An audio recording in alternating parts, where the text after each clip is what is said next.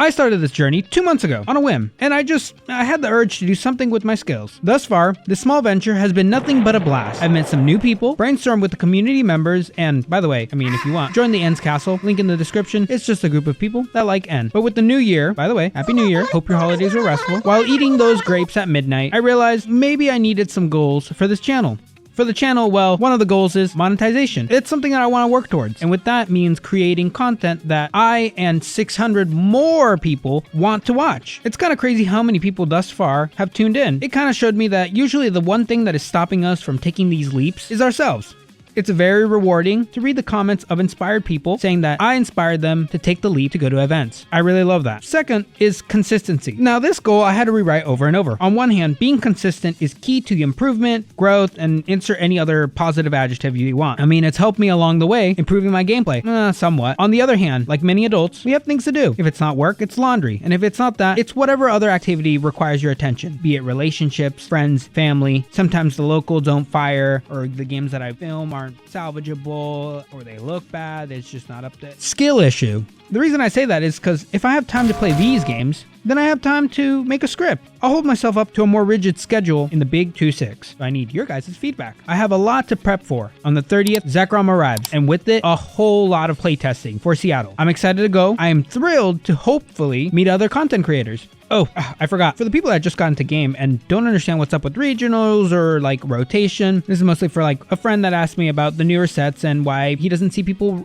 play with them. They just bought Phantasmal Flame. I'll answer that right away. Right now, we're under the rule of Golden Go and Gardevoir and Dragapult. Why? Well, because they're just strong. Golden Go can just one-shot you, and Gardevoir can do basically whatever it wants. Rotation happens once a year. And to know what rotation we're in, well, just look at the bottom little corner. Currently, the letters G and onward are legal. Come rotation, insert date here, G will become illegal, and we'll move on to the next letter next year. If you're like me and you got a deck that's I or higher, basically, you'll have these cards for a couple years to come. And then what are regionals? Well, basically, they're a really big event with money on the line. Why do I care? Well, it was expensive to participate. It's $80, and that's just to enter. That's not covering travel, hotels, food, and then side events also have like little prizes. So I want my money's worth of an experience. I want $80 worth of an experience. And it's personal pride. I want to end up on the Limitless page, hopefully for a good reason. As of now, I've just been coping with the fact that I don't have the new set in my hands. I've been just helping myself to random brews that just piqued my interest. I explored Mega Gengar with Zoroark, and I found that the stage 2 is somewhat of a bottleneck, but man, the payoff is amazing. The ability to turn all your Zoroarks into one prizers, it's very worth it. But then I took a liking to Sharpedo. Something about being that aggressive with free retreat and drawing 2 is kind of wild. Then, later on, I was influenced to play Crustle. Thank you, Tim, and thank you, King Heracross. And later on in the video, you'll see, I ended up doing something that I call N's Backyard. I don't know what it is, but I took it to store's first ever tournament, so their first impression of me was this random slop. But either way, I had a blast with all of them, and they all taught me something new and important. This is going to be a long episode. Buckle in. December 28th. Game 1. Hey, it's a bye, so it's a free win. You know the usual. We go and get a bubble tea. 1-0. Game 2. It's against my friend, Cyndaquil. Unfortunately, they bring the hardest matchup I have. Golden Go. Their damage output is just crazy, and they have just as much draw as I do. And plus, with the Zoroark and the Lunatone, they have a lot more options. Hilariously, these games were filmed before I got my Dark Carvanha. You'd be surprised, a lot of locals just don't have the bulk. I don't know what's up with that, but yeah. Unfortunately, this game was kind of sad. Mostly because I'm just playing to survive. All of my cards will die to a Golden Go Blast, and it's very unlikely that I can pull one over on them. They're a smart player. They know that if they can't knock it out in one hit, they'll just pass instead of fueling the powerful rage. All I could do is kind of disrupt them in some way. My only counters were like attacking the little guys before they evolved, or other people just run airy, or use a wall like Crustle, Cornerstone Mask, or the Toad Scroll to prevent them from getting cards back to their hand. But unfortunately, I have none of those. Usually, Golden Go isn't a popular pick in my locals, but I guess someone felt devious today. My only option here was Darmanitan's first attack, because it kills due to the fire weakness. In other words, this isn't going to end up well. Backdraft for knockout turned out exactly like how I expected. This deck makes up the majority of the decks that go to regionals, so I gotta start thinking of something to not fold to the cheese stick man. Like, where's bro's Voss is, oh, Voss is right there. 1-1. Game 3, and I'm throwing it down with Snorlax. And we can start once we stop mulliganing. Oh, and I've been going first most of these games. I don't know if that's correct. I actually don't know what tells you whether to go first or second. I've just been going first on vibes. Mostly because, like, when I go first, I get to play Watchtower, Evolve on the next turn with Sereno, and Accelerated Energy for Zora or Carvanha. So I can start attacking on turn 3. I don't know if that's the process to do it, but that's what I do. Talk about a silent threat. Those are real Cantonians. They were always speaking the truth, because Charizard has gotten some few new tools. They've been throwing in Dons and the Terapagos with the Noctowls. Nasty little plays that just set you up for the Noctowls, and they already run the Duskull and the Pidgeot line, so now you get to search everything you want in the deck. Dawn just makes it all super consistent. I've been loving the secret box though, basically because it allows me to grab many things, because my deck has a lot of different 1-ups, but I've been told to play Heroescape, and I will. Consider it. Taking the early knockout because, I mean, what else can I do? As expected, the Noctowl just grabs what they need. Here, I'm leaning in. Okay, get this. Let me tell you a little secret. Hitting the attackers versus a Zora is a very good idea, but it's also a gamble. Now, Zoroark doesn't have an attack. Pay attention to the discard pile and see what recovery tools are still in the deck. And if not, take out the other end's Pokemon. Now, I want you to keep that in mind. Wink. For the knockout, I'll move this guy back up. Charizard knocks out my Reshiram and takes a prize. Had I been more patient and less afraid, take my time to gear up, Sharpedo would have been the option number 2. And, I mean, I don't want to take out those huge knockouts because then that just powers up the Charizard. But I don't know. Here, was the Pidgey the one that I needed to take out? I think my better reasoning here would have been, if I take it out, they would have to then draw the rare candy or the Pidgeot, but that would be a risk if they already had those in hand and just couldn't evolve because they placed it last turn. Or, I mean, the Pidgeot would allow them to get those cards that they require. Anyways, looking back, I had bad reasoning. I picked the maybe Pidgeot plan, which was harder to pull off because Noctowl, all you need is just to evolve it and then you get 2 cards for free. Yeah, that was you can clearly see it was a better idea because I get punished immediately. Pheasantipity, the Dusclops fires off, putting damage on the Zoroark, and knocked it out with Charizard. Oh, Prime Catcher, Rush. That is something special. Why is my hand this way? Swing Can't you for be different? the, wait. Briar. Is it backhand? I don't know if it's backhand, but And I'll it's swing for the something different. knockouts, take 2 prizes. Desperate to come back in any form, I get the energy on Zoroark. I use the free retreat Sharpedo offers, load up the Zoroark, boosting a heavily damaged Terapagos, and... Where's your Reshiram, dog? Good game. Don't need it. Man, that thing was scary.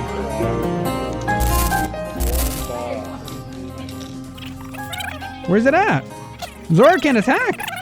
I lost that. We were shaking hands like I already won. Wait, before you like leave, I don't want to be. You did report you won because I didn't have Virtuous on the field. Yes, I did. I did report that I won. Perfect, thank you. That was a mistake. We both were like, "Wow, that's crazy. You won." Yeah, and that's how I ended the year. The same way I started. Misplaying. January 4th. Game 4, and we're getting crabby.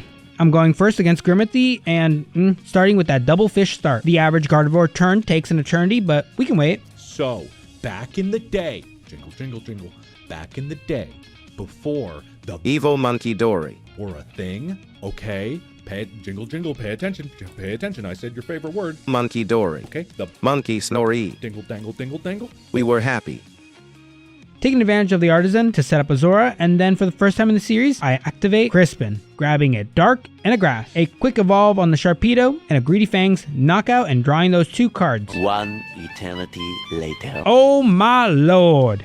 Gloom is annoying, but they have to fight the clock against the angry Sharpedo, and so they gloomed. My hand, unfortunately, is full of items, and oh well, we'll evolve the Zoroark, use the ability trade, get more cards, nothing else to do, knock it out, grab 2 more.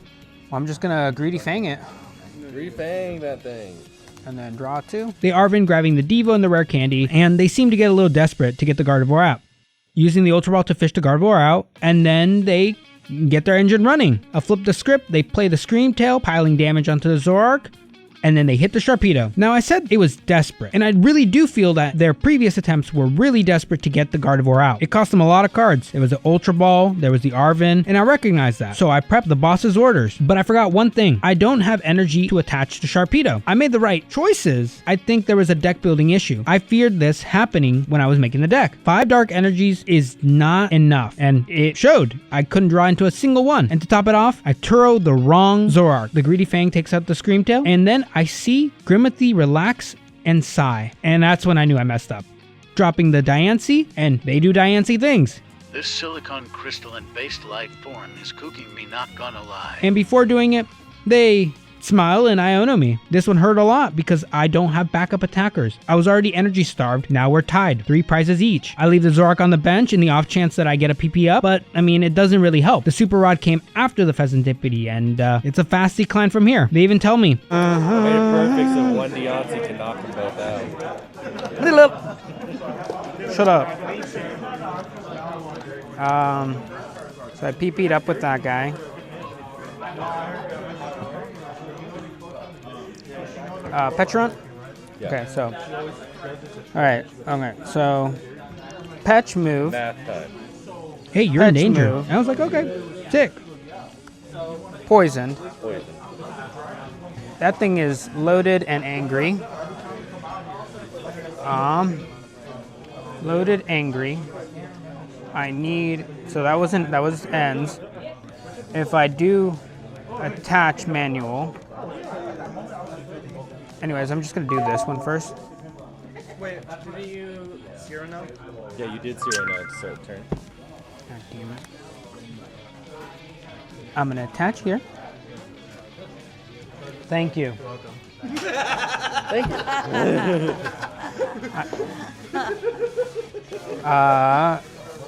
The beneficial evil lab. Hit me with your best shot. Virtuous Flame. Call me a judge. No, I know.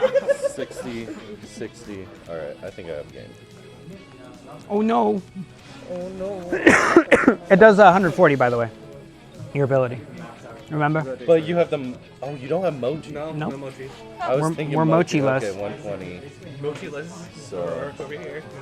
We're out here moching it. 150, 270. All I can do is return a Virtuous Flame for 140. And I just need to go. that's wraps. Okay. Oh, sorry. Draw for turn. Wank.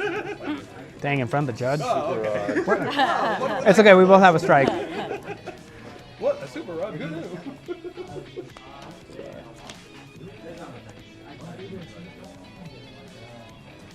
Vessel. Uh-huh. Discarding. Adding Dark. Yeah. Turo. Yummy. The hand. Monkey. Oh, look. Dark. Oh. 90 onto Carvana. Oh, and then knockout. That's not. Oh. And then energy, knockout. Garland Green. Nope. No. Sick. Good game. Good game. What was it? And once again, we were the last people to finish the round. Monkey in 0-1. Need to make sure And I'm running it back against Cyndaquil. I felt so happy to go against him this time because I have a wall. And that joy is taken away from me as soon as I realized they brought Charizard instead of Golden Go. I go first and instantly overbench with the Monkey Dory. But we don't talk about that. Damn, another Charizard. Compared to them, I have such a slow start. They pop off with a Fan Call and a Terapagos. On my turn, I evolve the Zoroark and use Trade, firing it away, sacrificing the boss and the Turo. I drop them off hoping that I can put them back in with Palpad. Right now, what I really need to do is set up those engines.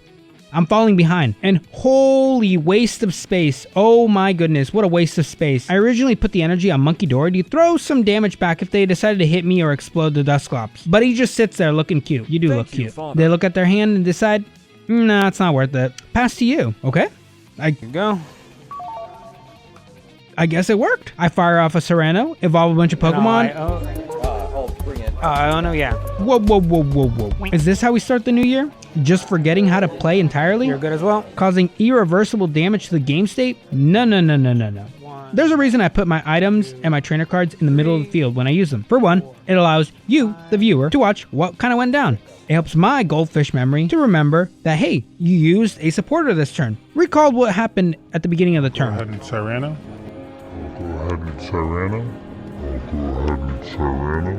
Yeah, a big no-no. We both didn't realize, but nope, this can't be happening. This replay here is my fault. It is my fault. I should have communicated and been more attentive, explaining to my opponent why I place things the way I do. 0-2. Oh, that's cute. Game 6 was a bye, and I had the opportunity to open a belated Christmas gift, but mad unfortunate. The only cool thing was a Hilda. Oh my goodness.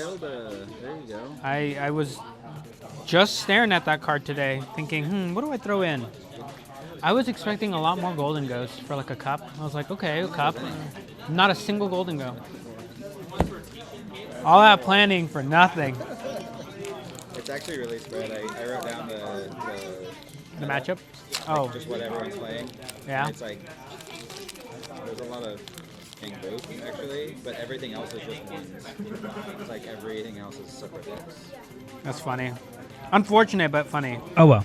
Game 7, last game of the event, and maybe we could do something, but I'm not really feeling amazing. Let's see what I'm up against. Great, nice. A grass deck. What a wonderful way to end the day. And, I mean, this is kind of an experience, so witness me. I'm terrified because if this is a festival lead deck, that means that they're just going to beat me so hard I won't even have a chance to do anything. I hesitate in evolving Zoroarks, but a glimmer of hope appears. After evolving into the festival lead one, they evolve again. Ah, so it's not festival lead. There is hope. I can get a crab inactive, and then we just start top decking. I draw, pass, draw, pass, draw, pass, draw, pass, draw, pass, draw, yeah. And then staring. 1 hour later. Well, we can't be too passive forever. You gotta risk it to gain something. We gathered a small crowd again because we were the last ones. Here, their win condition is the Meganium. By attaching energy with the Hydrapple, they can heal it. They need this because they can't take out the Crustle in one go because of Rigid Band. They would need to take that extra turn, something they can't do because I do 120 damage and they have 140 health. Time is called, and they are turn 0. I am turn 1. 0-1. And what do we get? Draw. Boss. Boss at the top of the deck for game. In OT! Oh my god! What a top deck! And the box. And exactly, and an other one in there. Oh my god! Wow. What a top deck! My only remaining. That's why were you attacking with the beginning? Man. The silver lining was the energy in the room was at least contagious, and I saw a rainbow on the way back home. 2-2. January 6th. Game 8. This was the new locals that hosted their first event. I was very happy to be a part of this locals upbringing. As such, I didn't really know what to play for the event. I couldn't decide on a build, so giving in to peer pressure, I brought them all. Allow me to introduce to you N's Backyard. What the hell was even that? We went first, hoping I can evolve by the next turn and then start taking swings. I want to get ahead as much as I can because, I mean, that is a Badoo staring at me. I won't be able to use them. Partly, this is also to get rid of some cards so I don't end up drawing them later on in the game. And because I have other attackers in the deck, I'm pretty chill of like not leaving room for Reshiram. When I need it, he will show up. Starting a Badoo with the Monkey Dory in the back tells me basically nothing. Almost every deck can run these. But when I see the Snow run, I assume it's just a Grimmsnarl, honestly. I don't know why I didn't adapt sooner, because if it was a Grimmsnarl, after they used some items, they would have set down the Impidimp.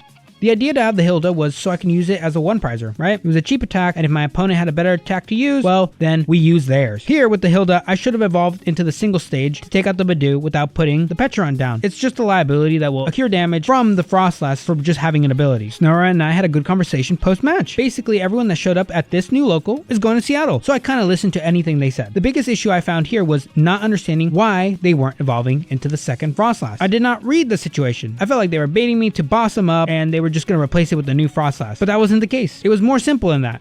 They just didn't see the other copy. Why was it important to hit the Frostlass? Well, it's their only form of damage generation. They don't have that one big tanky guy that absorbs the hits, like Grimmsnarl. The Frostlass gives Monkey Dory a purpose. And better yet, like last games, it is more difficult for them to get the Frostlass out of the discard, get the Snorunt back on the field, and evolve it. That's at least a turn, compared to them just reviving Monkey Dory and attaching. The impact of taking out one of the two Frostlass is a lot greater than the impact of taking one of the three monkeys. Is that your hand? Cash money rules. been over here struggling to draw a supporter, bro. You're over here with the whole book in his hand. I had to flex real quick to the less fortunate player. Look at my hand size compared to theirs. Again, more the reason to chase the Frostlass because they were basically top decking. Palpad. Turo. Boss. That's it.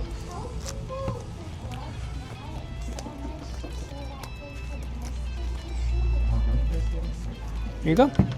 Go ahead and shuffle, move them around. Just don't riffle, please. Don't riffle. No. Alrighty. Okay. And now, you killed something last turn, right? You did not. Okay. Cool. Thank you for answering that. I'm gonna go ahead and do trade. 1, 2. Wow. Well, that paid off because Turo off the trade. Hey, I'm gonna go ahead Turo.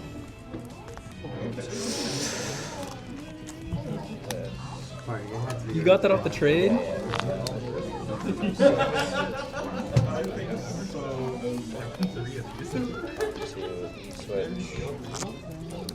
And I think I'm just gonna knock it out with the Hungry Jaws. So you take 70 from that? Yep, I think 60. 60? 120, and then everything takes 120, and then 2. Alright, I will go ahead and If I can be lucky, so can Snowrun.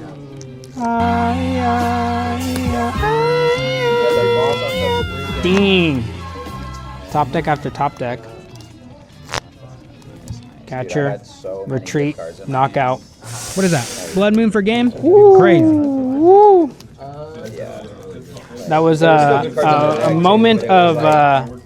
both of our top... How many Turo do you play, bro? Just 2. You set up the Palpad to troll and trade, bro?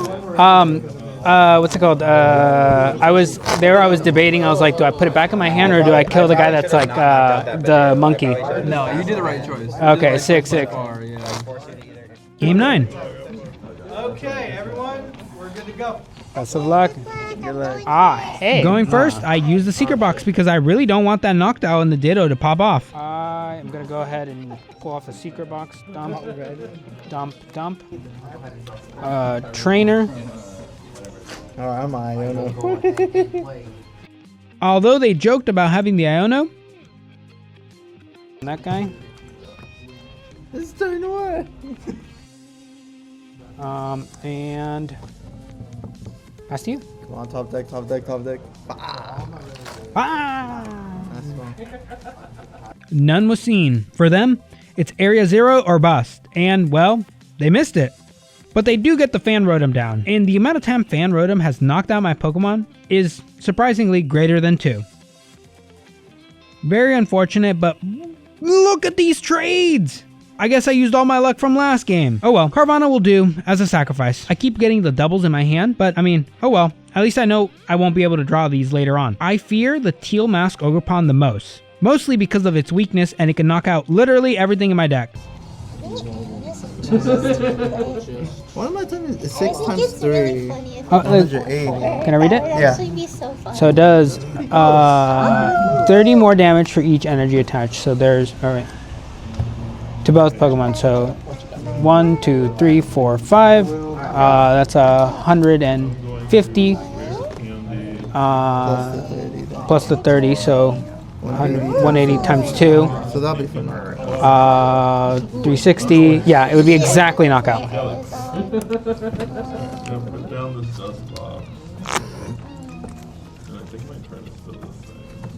I'll bump your stadium. Nice. And that'll go for now. Alright, 3. And I'll move. Well, doesn't matter anyways. Ready. Draw for turn. Go Teal, ask for the win. But ask and you shall receive. Flip the script. 1, 2, 3. I needed the little Zoroark. I found the little Zoroark. And the trusty Iono sets them back to 1. And they have no backup energy, so I simply copy the Teal Mass Ogerpon's attack for the clean retaliation knockout. And I'll use foul play picking that. All they can do is use Sob, doing that 20 damage, and that's their turn. I was about to commit the biggest misplay of the century, thinking, I can use the Hilda to get another copy attack, but after checking the discard, I realized, no, it's much simpler. Get the other Zoroark to attack. I throw it back to my hand and swing for a measly 170. If this was Zekrom, it would have knocked it out. They were able to swing back, but their Torrential only does 120, and my Reshiram has 130 HP. I Palpad and then quickly realized, wait a minute, all my bosses are in the deck. I went, oh, discard. It is. 1, 2. I'm excited for. And PP up. That boss off the top. Oh, you only have one prize left. That's not good. I can try to gamble is what I can do maybe. And unless I don't have what I'm looking for. No, I do. I pulled a Mew up. I'm gonna boss up your Mew and knock it out with powerful rage. And swing. They are not drawing anymore. I just want to see the hypothetical. Nice. 1-1. Game 10. I'm against Joltik again. You've probably seen him from other episodes, but a little segue. Our judge had to flex the mat. I totally wasn't jealous with the matching deck box and the mat featuring N and his companions. I totally wasn't. Yeah, I'm not even mad. Are you mad? No, I'm not mad. They started rough with Pheasantipity, and I should have used the secret box then to get everything ready for turn 2. But for the first time in this entire run, I instead pass on it, which was so silly because I think I was hesitant to drop the cards for the payment of secret box because most of the cards in my hand were my recovery tools. Judging by their reaction, they were so thankful I didn't do anything else but energy attached. Joltik can set up any Pokemon now, and Tandem Unit can keep them all stocked and loaded. So from the get-go, holding the secret box was a mistake. I am basically a whole turn behind.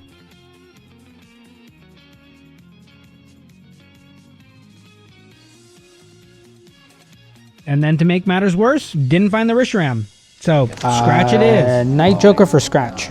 I get completely blindsided by the Iron Leaves, and it just slices Zoroark. Now, I'm even more behind. There's no other Pokemon that have energy. And well, a simple 70 from the Sharpedo. I am betting on that they don't have the means to retreat the Iron Leaves. They only had enough to put 160 on the Pheasantipity after bossing it up, and well, now it's my turn. Why I haven't placed the Reshiram yet? Well, that's because last time they were gunned down by Ampy very much. So I'm pretty scared. I was thinking about what kind of win con they have, and unfortunately, it's a lot, and mine was just avoid getting attacked by the leaves. Silly of me to knock out the Garvantula, forgetting, well, it had an EXP share. Mid-game, I stress packed open and nothing, but oh well.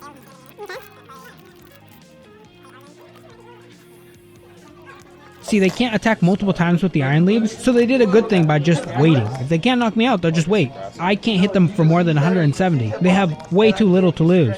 I'll tap. We go to overtime, and look at that. Both of their bosses' orders. Both my bosses after that restart, so I would just retreat, swing for KO. Yeah. That's so unfun. That's crazy. You said one boss? Nah, you get 2. I didn't. Yeah. Oh, I would have swung a little earlier, but I went fuck. I Iono'd both Reshirams back under, and so I was like, God damn it! I messed up there. I messed up with the. Out of curiosity, why didn't you bench it sooner then? And well, that's what I get for Ionoing both of my Reshirams back under. Did you catch that? Yeah, they're both in my hand. I didn't put them down, and I just put them back in the deck. Why? I think I locked myself in the head saying, oh, don't put them down because you'll kill them. And that translated to shuffle them into your deck. Sadly, 1-2. Final game.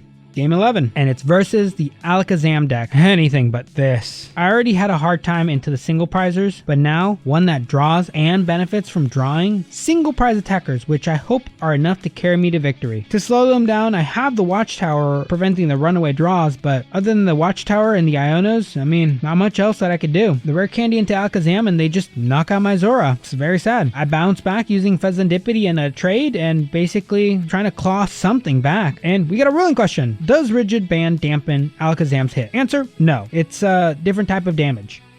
15 cards in hand is kind of hard to beat, so I eat the Alakazam attack. Ouch. Alright, let's go, little Zoroark. Go get him. They finally bumped the stadium and draw cards to knock out my Zoroark. Thank you, Secret Box, for allowing me to find the Iono. And unfortunately, that's all I have. Iono in a dream. After this, I'm praying they don't have anything. They have the worms and they have the Alakazam, and as they mentioned, they can wait 5 turns. But I don't want them to get that easy 2 prizes, so I retreat and swing with the little one. They get the worm out and use runaway draw, and I'm hoping they stop. Lily's determination comes down and, well, I mean, I'm sweating. I pray they don't find anything. I'm glad they overbench because that allows my Zoroark to hit for max damage.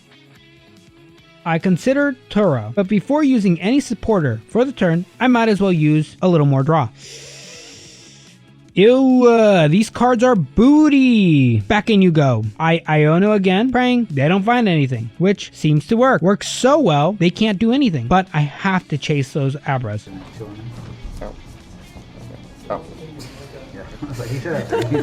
Boss up one of the Abras, Okay. and then I'll go ahead and knock it out. You have 1 prize left, and this is all I have. So, like, there's not actually anything I can do because this is a tech Alakazam without an ability. Yeah. Okay. So you win! Thank you. Good game! Good game, yeah. Actually, that ended up being really close. Thank you, Iono, for the win. My goodness, that was more stressful than it needed to be. 2-2. It was a great time. Lovely people. Did he get all that? 11 games? Do you like these longer videos? Just let me know. As I'm writing the script, I noticed I was trying to anticipate the moves my opponents wanted to make rather than actually what the intent was behind them. Like, I envisioned like for the Snorunt game, I envisioned, oh, they want me to boss it up so I can kill it and then they can get it back and then they can keep going. It's safer. But maybe it was something like they didn't find the other one. It might be just that. We all make mistakes, but it makes me really nervous, these type of mistakes that I'm making. I don't want this to bar me from making day 2. And I'm exclusively talking about the supporter misplays. I don't want that happening. I need to be better at if they're like, hey, can you move your cards to the discard? I need to speak up and say, hey, by the way, I do this so I remember and you can remember and we can have a stable game state. See, I fixed the Iono issue last time where I shuffled it in. I can fix this small speed bump as well. It makes me happy to see my friends that don't play Pokemon start to have the urge to play. And if you're in the same boat, the best thing you could do is play your favorite Pokemon and get to know your local community. It really just takes one connection to be part of the whole group. I hope you enjoyed the long video, and bye-bye.